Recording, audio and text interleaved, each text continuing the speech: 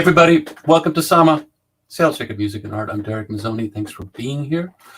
We are streaming live and sometimes pre-recorded shows of fabulous musicians releasing new records, producers, authors, everybody involved in music that I consider to be music with intention, music that creates a really wonderful sense of just being outside yourself, and also something that is part of a community. There's a bunch of stuff. You know, you could say, I've had this conversation with friends going like, yo, man, that's the Dead. The Dead were like that. And yes, they were. And you could find it in techno. You can find it in a bunch of different genres. But tonight, we're going to be focusing on one genre that I have a deep, deep love for, and that is the Argentinian form of tango. And its variations. Tango's been around since the late 1800s. And it's been various waves that it becomes really popular. In the 20s, it became the music of the ages. It was in just about every single country, and then kind of came back in the 50s. And when Astor Piazzolla was alive, it was a huge resurgence of interest in Nuevo Tango. And then as tango evolved with various forms of electronic music, you had Fondo, and of course you had Gotan Project and others. So tonight we have a interview with Sasha Jacobson, who has a band called Los Tangueros del Oeste. They're based in the San Francisco area, and they're part of a broad tango scene. Tango is huge all over the world, and as I was speaking about community, people that are into tango are part of a community. They look forward isn't the word for it. They live for dancing together, the music, seeing performances. It's a thing, and I love it completely. Anytime I get a chance to DJ and there's tangueros in the crowd, I love playing music for them because they're really passionate and fun. So we're going to talk to Sasha. We're going to see some live performances. We're going to start with a music video that he sent to me. This is Reflection Tango on Sama, Sales Ticket Music and Art.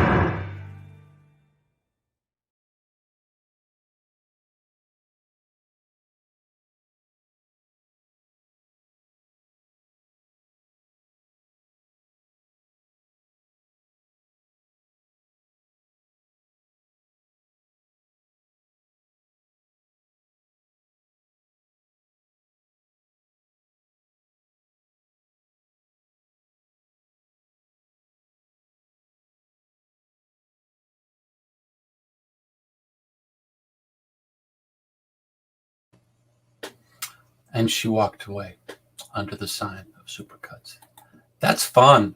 That's a lovely, lovely film. Welcome, Sasha Jacobson. Welcome to Sama. All right. Thank you for having me, Darek. Thanks for being here. Tell me about that film. I mean, I've been following tango for a long time, so I know that it's a people live it. It's not like, a thing that you just kind of go like pluck, like you're in it. But tell me what you were trying to do with that film. So, well, first of all, I'm just lucky enough to be working with some amazing collaborators. As you saw there, Maxi Copello and Raquel Macau, they're just some of the most amazing dancers in the world. I mean, they're just so wonderful people and great dancers. And I've collaborated with them quite a bit now. That's our second video that we've done together. Mm-hmm. And then the director, Daniel Peters, who came up with the concept for that film, we call it a tango film. And I've also worked with him many times before. And and all these people do live the tango lifestyle, which is there's many elements, but it's about the embrace. You embrace your dance partner, and you also embrace your friends. When you go to dance tango, you give a big hug to everybody that you see there at the milonga, which is where you go to dance tango. It's just part of the culture. And so, yeah, during COVID, there was no tango, there was no milongas, there was nothing. So, what was that like? Like knowing that you had this sense of community, and I found this, like, because if we're based in Seattle, and this tango is huge here. It's huge here. It's huge on Whidbey, East Side. It's around the region, and wherever you may be, if you'll find tango. It's fascinating that way. And as you say, the milonga is where you come to dance. Yeah. So it becomes, dare I say, it's spiritual, but it's a way to really gather, to have a sense of community. You don't have that. No, you don't. And that closeness is like deadly. What was that like for you? Yeah, there were, not only there's no place to dance, but it's a place to connect with people and just to be social in a really great environment where it's not about drinking. Maybe you have a glass of wine or even something stronger, but it's not a bar. It's not where you're just going to drink. You're really going to dance and socialize and everything. So I think a lot of people missed it. It really made me realize, wow, this can all go away just like overnight. Wow, I never thought that could happen, and people, I think when it started coming back, people were just so excited and so happy to get back to it and not taking it for granted. And then, of course, now, I mean, it's, who knows, it could stop again. So we're at the crossroads once again. Okay, so you have a new record out, and we're going to talk about that for a little bit, but we're going to play the title track right now. This is Alma Vieja. What's Alma Vieja mean? My Spanish is atrocious. Old soul. Old soul. Old soul. Perfect. As you are, here on Sama, Seattle Circuit Music and Art. Los Tangueros del Oeste.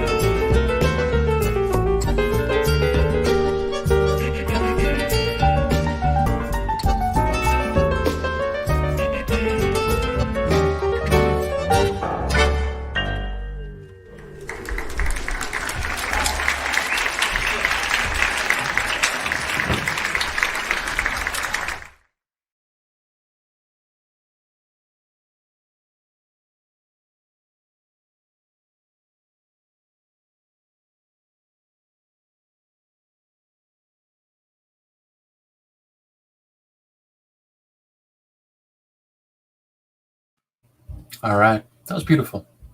Thank you. I got verklempt. I got to tell you, I got verklempt. It was nice to see people dancing. It was nice people to actually be in the moment, and nice to see you play live.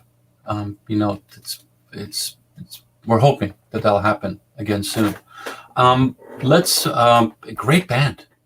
Um, you You know, know, I do want to mention, I mean, those musicians are all incredible, and Pablo Estigarribia on piano, Charles Gorzinski on bandoneon, Carlos Caminos on guitar, Ishtar Hernandez on violin, and Daniel Riera on electronics and also flute.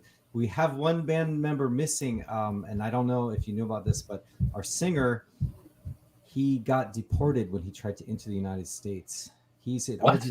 Argentine citizen, and we flew him to the U.S. to perform with us, and they something happened at the airport. They checked it. They took his phone. They checked his social media, and they saw that he was performing, and they deported him. It was Oh, like it was just horrific. I can't believe yeah. it's so sad, That and is sad. That's a classic story because they got yeah. it. I know this story. This happens a lot where It it's happens, just and like I didn't know that you have to like erase your social media or whatever. I just didn't know. they're. It's really really hard. I'm feel for you. I'm so sorry. Yeah, yeah. Um, let's so sending love and light to him. Obviously. What got you into tango?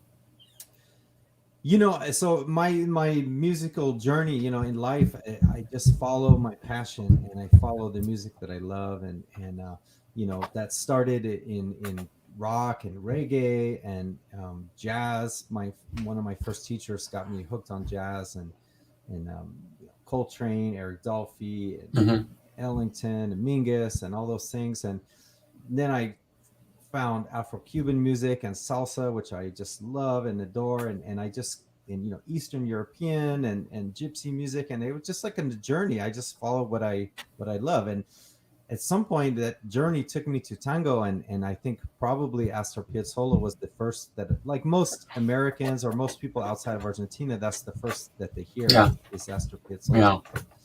and something just caught my attention there, and I just took a left turn and into that, and really fell in love almost instantly with it, with this music, and just dove in. And I mean, I really just, you know, I just dove right in, and I bought a bandoneon, started practicing the bandoneon, and I was trying to imitate the sound of the bandoneon on my bass. And I, at that time, I didn't dance tango. I didn't know anybody else really who did, but luckily, after I was about a year of just studying it on my own, I got a phone call from a group called Trio Garufa, and they needed a bass player for a performance up in Portland, actually. Hmm.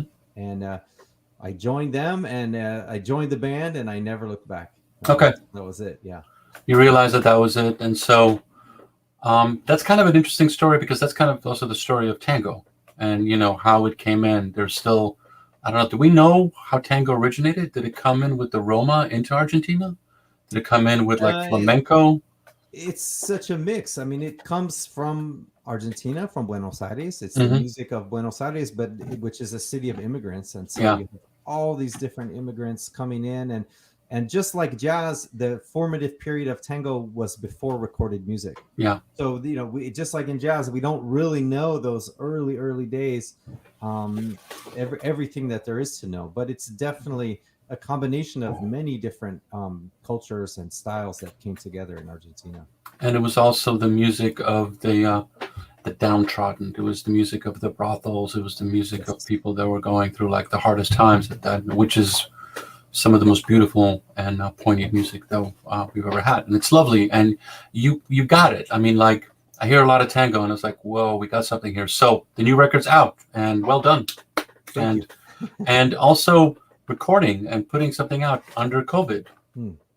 Well, Wow. that was a different scenario. I mean, although these days it's not uncommon to have everybody track their parts Yeah. separately, usually in the same studio, one at a time. Now, in this case, I had everybody record wherever they were around the world in their home studios.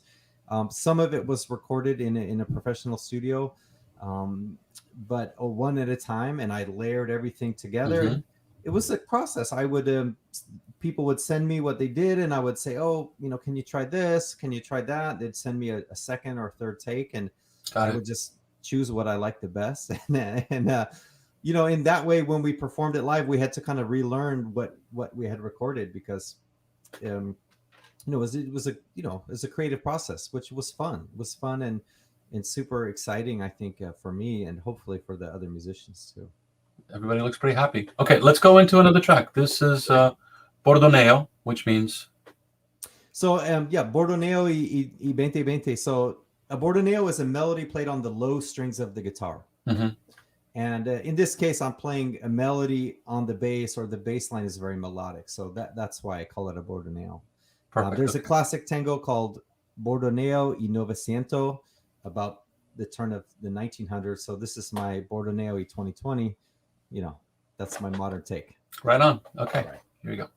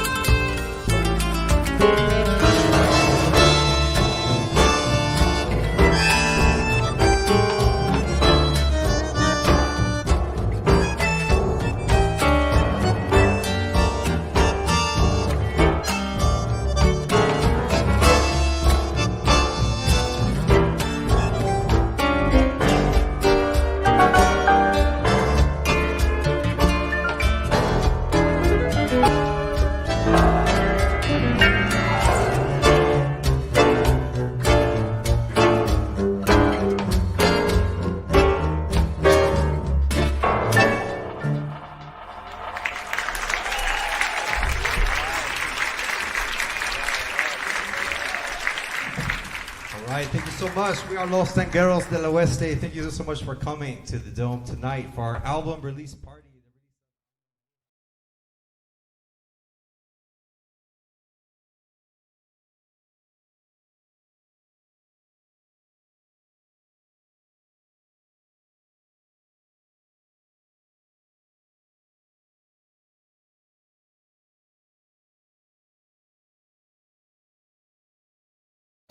Los Tangueros del Oeste.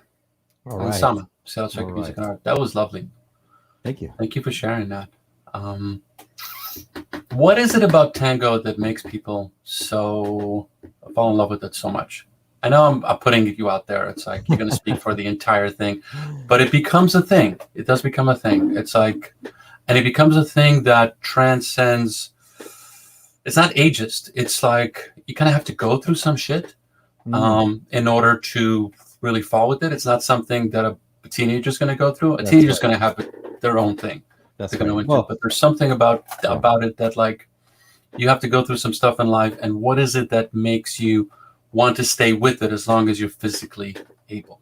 Right. Well, there's a saying that tango finds you when you're ready for it. Okay. So, like you said, it's you know, it's at the time in your life when you're ready, it will find you. And well, you know, it's a complete art form. It's music, it's dance, it's poetry and singing. It's artwork, and it's like you mentioned, it's a lifestyle. If you go dancing in Buenos Aires until 5 or 6 or even 7 in the morning, your lifestyle is going to be different. You're going to sleep until 5 p.m. and then wake up and do it all over again. And I mean, I you know, when I've danced in Buenos Aires, I mean, it's just you get into this magical state of mind, and you see people.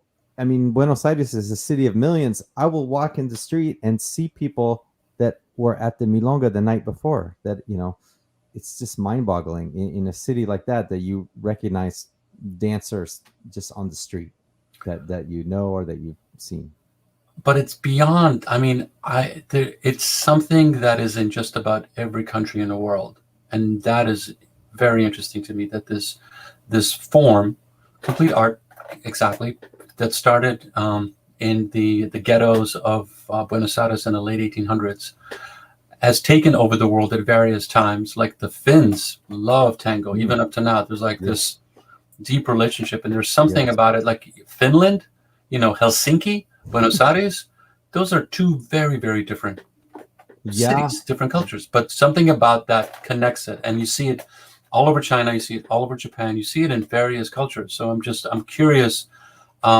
There's something there that connects people in a really interesting way. And one of the reasons I'm doing Sama is that music opens hearts. It just does. And tango opens it up. You know, you can see when I saw Piazzolla, I was weeping. It was just so beautiful. And there's something that connects people. And it's an interesting form because its origins are so different than where it's ending up right now. And I want to speak to this a little bit. You're looking at this record. There are people that do traditional tango. When Piazzolla started doing Nuevo Tango, it was super controversial. It's like, what are you doing? How are you? Where's this coming from? Yes. And now you're seeing bands and ensembles and people that are incorporating 20th century, 21st century sensibility, whether it's electronics or like they're looking at this form as a living thing, that it's not just encased in amber and has to be done just like the way it was done in 1920. There's a place for that, and I appreciate it. I love classical music, I get it, but there's a whole scene that's emerging that you're incorporating that is looking at tango as something that is alive and has to be what's the word I'm looking for, that has to be, in order for it to be alive, it has to know how to ingest the foods or the oxygen that is around it. Can you speak to that? Because, you know, that's your sound right now, a variation of it. What's going on? This album, you know, the album Los Tangueros del Oeste, Alma Vieja, it's an album of tango nuevo, electro tango, and frankly some classic, pretty straightforward classic tango songs on there. It's a mix, and I love classic tango, and I love also all the electro tango bands like Tangueto, Otros Aires, and like you mentioned, Gotan and Bajo Fondo, and there's many. you have to. It has to be a living art form. As soon as in the same with jazz, the same with salsa or any. As soon as it just only becomes replaying the classics, which are great, but you have to keep moving. You have to keep creating. You have to keep creating, and otherwise the art form will become anachronistic. It will become stale, and people won't enjoy it anymore. So it'll die out. Yeah, it will die out. So and the funny thing about tango is, even in like 1915, the very some of the very first iterations of the different styles, the Guardia Vieja, like there was already critics saying like, oh, this new style of tango is terrible, it's never going to last. I mean, this is in 1915, right? I mean, and at every step there was always some critic or some person who said, this new stuff is terrible. And of course Piazzolla took a lot of criticism for what he did and in merging classical music with tango and taking it away from the dance quite a bit. But his music is just instantly the whole world fell in love with his music. I mean, just everywhere around the world they love his music, and it brought all this new audience to traditional tango who might have never discovered it. So I just like ignore the naysayers. As you should. Totally, as you should. It's like, okay, I get it. You have an opinion, and even how we're talking about it, there's still.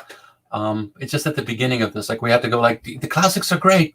We're not deriding the classics, but it is like anything else. There is an opportunity for it to evolve, because it's also we're talking about it being so beloved all over the world. There's something there that connects it, and inevitably it's going to start incorporated. I mean, you're freaking musicians. It's not like musicians. I want to make this family friendly, but you'll sleep with anybody, musically speaking. It's just like, what is that sound? I need to play this. What's this going on? Well, there's many Russian tangos, Jewish tangos, and exactly. The French love tango, the Colombians love tango. I mean, in like the Nordic countries, I mean, and of course the people who are from those countries are going to perhaps add or mix with some of their own local traditions. So that's just normal. It's inevitable. Exactly. All right, let's get back into it right now. Sasha J. Gibson of Los Tangueros del Oeste. Their new record is out, and it is Alma Vieja, Old Soul. You can find it on various platforms, but definitely you're on Bandcamp. You are. I don't think so, but we are on Spotify, Amazon, Apple. Get your butt on Bandcamp so you can actually maybe sell some merch. I better check. Okay. Let's see. We'll see. Okay, this is Careta Antigua on Sama.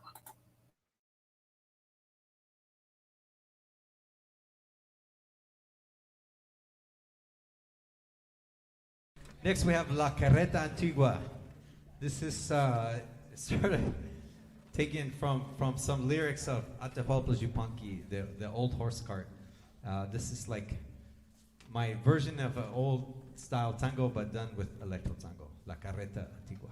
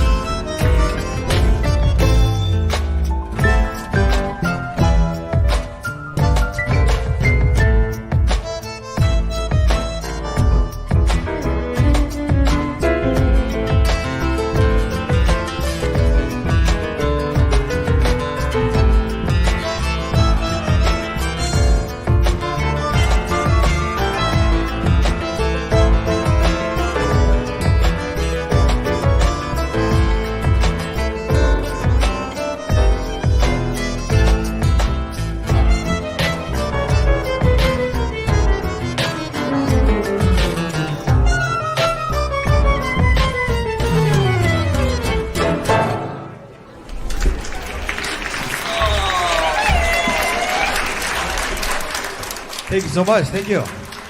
Carreta Antigua. All right, Los Tangueros del Oeste. I'm here with Sacha Jacobson. The new record just came out. You can find it on all the various platforms. A couple of things I wanted to chat with you about. One is the portability of tango. I think part of the reason why it became so popular is that it's a squeeze box and a guitar, and the percussion is on a box that you're sitting in. So it could work. Anything to travel with all over the world. I heard somewhere that the most bandoneon is the most popular musical instrument in the world compared to the drum. Like it was the easiest thing. The bandoneon? Yeah, that it's like it was so easy to move around, and like most cultures have a version of it in one form or another. I see, accordion or some concertina type. Yeah. Yeah. Well, they were originally imported into Argentina from Germany to be used in the churches because the churches didn't have the giant organs, the pipe organs that all the churches in Germany had. And they never caught on in the church at all, but they definitely caught on in the brothels and in the bars of Buenos Aires. So Exactly, and there you have it.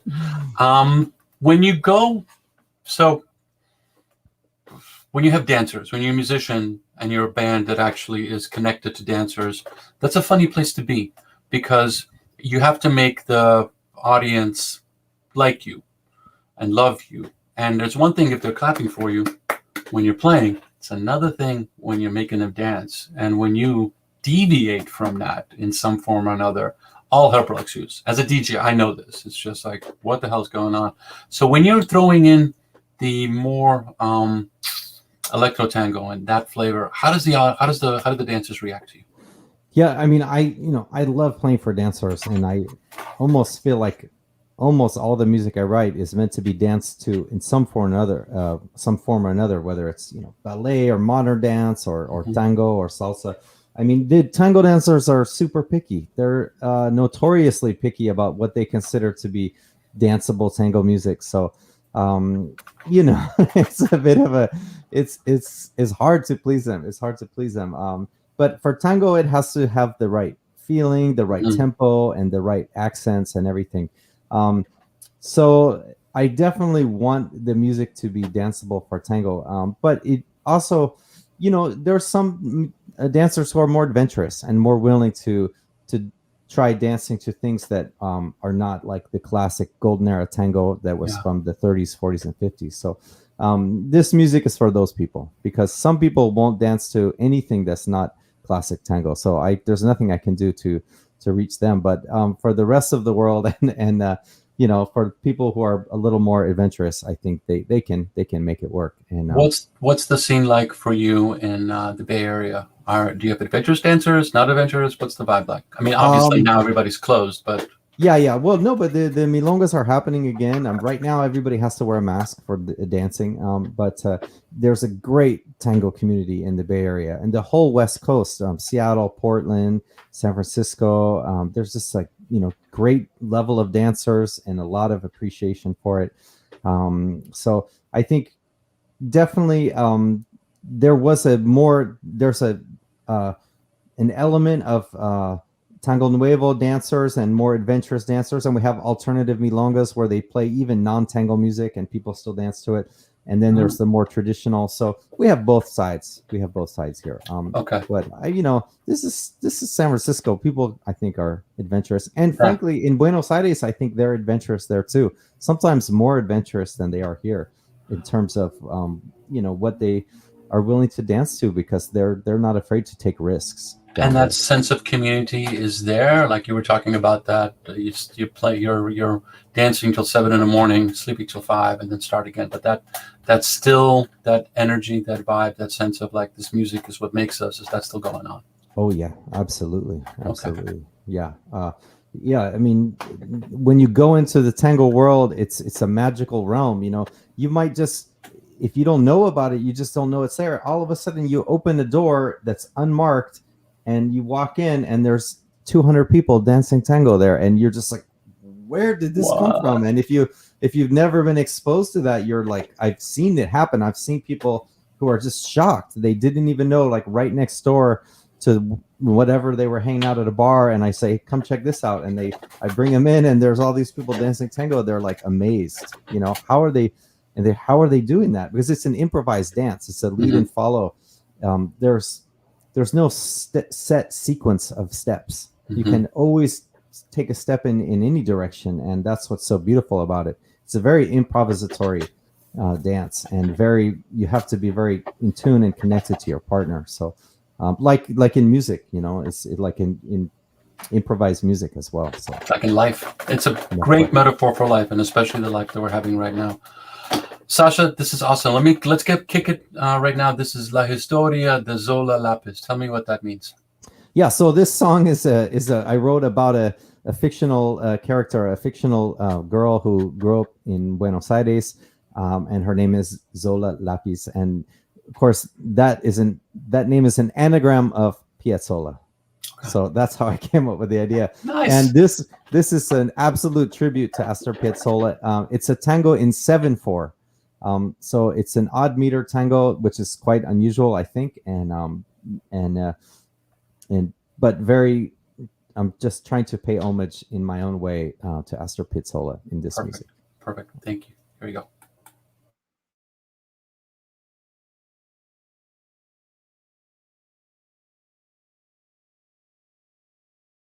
We're going to finish with a piece called La Historia de Zola Lapis. This is a piece I wrote about a fictional girl who grew up poor in Buenos Aires, and this music tells her story. Her name is an anagram of Piazzolla. Zola Lapis. 5, 6, 7.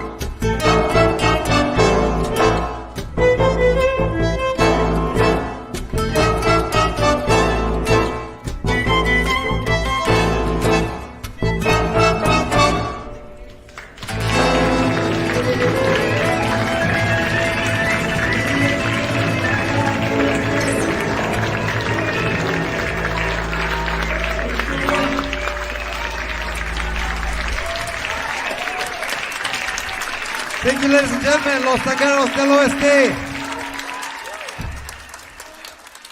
Thank you so much. Los Tangueros del Oeste. I'm here with Sasha Jacobson, band leader, bass player. That was lovely. Great job. La Historia de Zola Lapis, recorded July 31st. Speaking of live shows, you got any record out? Yeah. You'd be touring. Obviously, right now that's complicated, but is that still part of the plan? Because we'd love to have you up here. We'd love to have you just around and sharing this. I'd love to be able to bring that. Manifest that live. Yeah, we're gonna try. We're working all the shows that we had booked like 2 years ago are postponed, and but we do have some. We're heading up north. Next April we have a show in Crescent City, and I'll try to organize a little tour of the West Coast, the Northwest, around that. We're also going to try to go down to Argentina and perform in South America and Mexico. Our singer, Manuel Bertarrix, will be down there, and we're going to join up with him. And also our pianist, Pablo Estegaribia, he's going to be in Buenos Aires as well. So okay. So Go ahead, finish that and ask your question. No, that was it. We're a multi-continental band. So. Okay. So when you're in Buenos Aires and you're playing, are you like welcome or like what are you doing? No, people are great. Oh, they're fantastic. Super friendly, warm, welcoming, and open, and I just had great experiences down there with the musicians, the dancers. Yeah, they're lovely people. And obviously, I show my respect and love for their art form, and I think they can understand that. If you came with a bad intention, they would obviously treat you badly. So out you go. Okay, perfect. Sasha, thank you so much. This is Sama, Sales Check Music and Art. I really appreciate you being here and sharing your music and sharing this live performance. This is great and a massive success. And, stay safe, wear a mask, and let's hope for the best that we get out of this. I want to thank, I want to thank Mark Gorney, who introduced us. Thank you, Mark. I want to thank Dagmara and Christine, and John, everybody who helps make Sama happen as a weekly live stream. I'm going to finish with your living album cover. Tell me about this, though, because that was the thing that drew me. It's like, what's up with this beautiful artwork? So this is a great friend and fantastic painter, Jeremy Sutton, who is based in San Francisco, and we've done some collaborations in the past, and I reached out to him for this and said I really would love it if you could do the album cover, and he agreed, and he creates the art on an iPad, and so every brush stroke is recorded. And then he makes a little movie of it. And I came to them with this idea, like, hey, can we put it to some of the music from the album and create this sort of living album cover?